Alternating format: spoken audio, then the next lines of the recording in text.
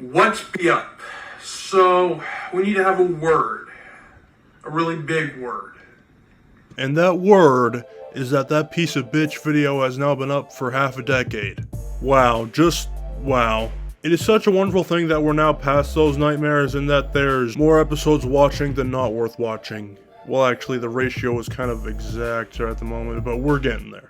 Nothing really that special is planned. Those special blogs only really come around once every 100th episode, but it is nice we've made it this far. I wonder what episode number we'll be at on May 2nd of 2029.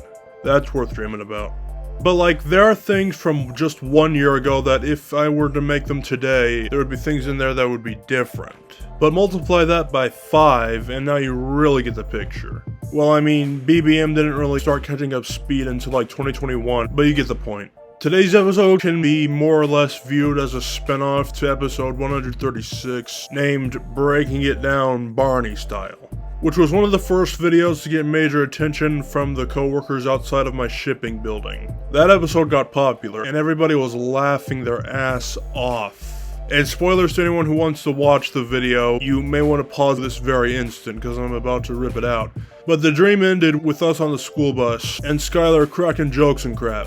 Skylar was one of my old friends from my school. He wasn't there the last 2 years, but he was pretty noteworthy for being funny. And you know what? I agree. I was often seen as pretty funny as well, but the only difference is Skylar, from what I could tell anyway, didn't mind all the attention. As for me, I like to stay as far away from people as possible. But yeah, we were jokers, alright. And as you can tell with me, the humor continues. In fact, just a month ago almost, I uploaded something pretty funny that I removed. It didn't feel right to me to have that be its own video. It was more like a video segment, and I kinda wish I hadn't sent it to so many people first. But I waited for this very moment to re-show the public this humorous chunk, so here it is. Okay, let's just keep getting extra things.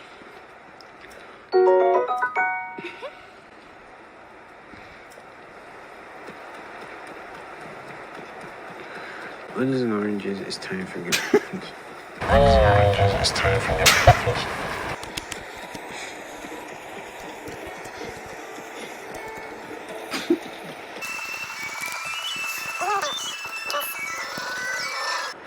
It is definitely night time.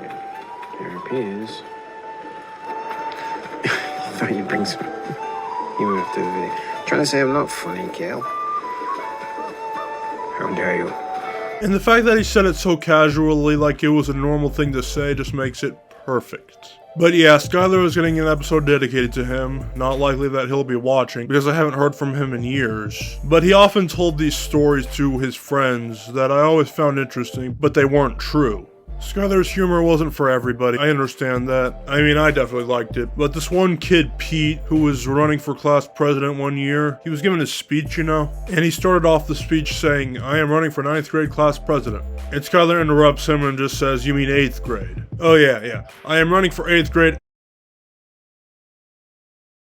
And then Pete's all like, "This is why I hate you, Skylar." And then Skylar puts his hands up in the air like this, like he's proud of being hated or something. Man, I wonder what would happen if someone did that during a real presidential speech. We will face challenges.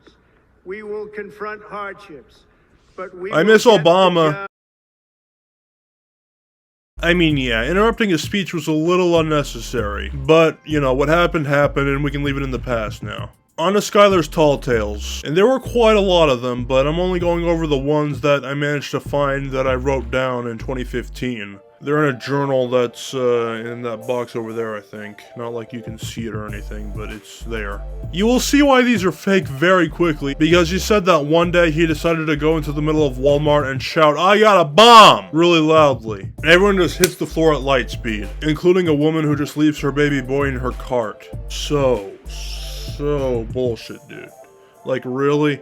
If he actually did that, he wouldn't be in class telling that story, he'd be in jail. I mean, he did say that someone did call the police, but he just hid behind a bunch of toilet paper stacks on the shelf and just waited for them to leave, and then he ran out of the store. Which kind of reminds me of those guys who build forts in Walmart just to get them views. It's like, you know how I feel right now? I feel like those animals that live in the forest, and then bulldozers just come in, clean them out, and then come back to their home, and they're like, where is it? But you kidding me, right? Walmart has cameras in every single aisle, ya monkey nut. And trust me, they would have checked all of the cameras. You cannot hide from these badged ones, Skylar. You know what? I actually believe that this really happened. Until I told my dad many years ago, he was like, yeah, no. So this is the level of ridiculousness that we're dealing with his stories, so be prepared. And Skylar must like Walmart because we have another story that takes place there. One day he told us that he was running down aisles in Walmart playing tag with friends and shit, and an employee came up to him and asked, have you seen a kid in a black hoodie, a white hoodie, or a yellow hoodie just running around here? And Skylar was the one in the yellow hoodie. He just takes the hood off and is like, haven't seen him. And then the other two kids in hoodies apparently just start riding bikes that they got from the bike rack, and the employee is like, hey, get back here, while Skylar started following them down. Dude, really? My ass right now. You do realize that Walmart has chains attached to the wheels of the bike that prevent people from just taking them until they purchase them. This is just so... what? And yeah, he said there were 4 kids total, but 3 in hoodies. That 4th kid had apparently climbed up the racks and was too scared to jump down because there were employees there, and he was there for quite a bit. Oh what, you couldn't just bust the chains off the bikes? That didn't stop your other 2 friends. Eventually the kid does jump down, just barely escaping the employees. But by then, the kids on the bikes were already way down the street. You cannot be serious. This did not happen, and we all know it. I mean, yeah, I liked these stories, but if he's wanting us to believe that they actually were real, come on, get out of here, dude. You're a great friend, but this is bullshit. And it does not end there. We move on to fast food for these next few stories. Skylar once told us he worked at Brahms once, and he worked at Subway once. Apparently both at the age of 15, which I'm pretty sure is like 1 year too young to be working at either of those places. My dad's first job was actually Brahms in like 1995 when he was 16, and I think he can confirm some of the stuff that Skylar said would not be accurate, even if this was the 90s and this was the 2010s that Skylar was working there, but whatever. I mean, to be fair though, this one I'm about to tell you is possible to have happened. Not that I think it happened anyway, but it's possible. One day, Skylar was washing the dishes in the back, and he overheard the drive-thru person taking someone's order. He looks around the corner and sees a guy right outside the restaurant take an ice cream cone with ice cream on it and just stick it on his forehead and pretend like he's a unicorn. Skylar then tells to the class, are you serious? I thought that was a McDonald's thing. And it's like, where did you get that information from? And also, aren't McDonald's cones cylindrical and not, never mind. Last story, because I think I've had enough. It's about Skylar working at Subway. He told us that every day he worked there would be a guy that would come in and ask for extra bacon on his sub. He would then leave, come back an hour later, and complain there was too much bacon. Skylar's like, you specifically asked for extra bacon. And the dude is like, da-da. So then, one day, Skylar decided to change it up a bit. He laid out just a few strips of bacon on the sub. The guy comes to get it, leaves, and then an hour later he's like, you didn't put enough bacon on it. I demand to speak with the manager. And guys, if you were having a hard time believing these fables up until this point, I don't blame you.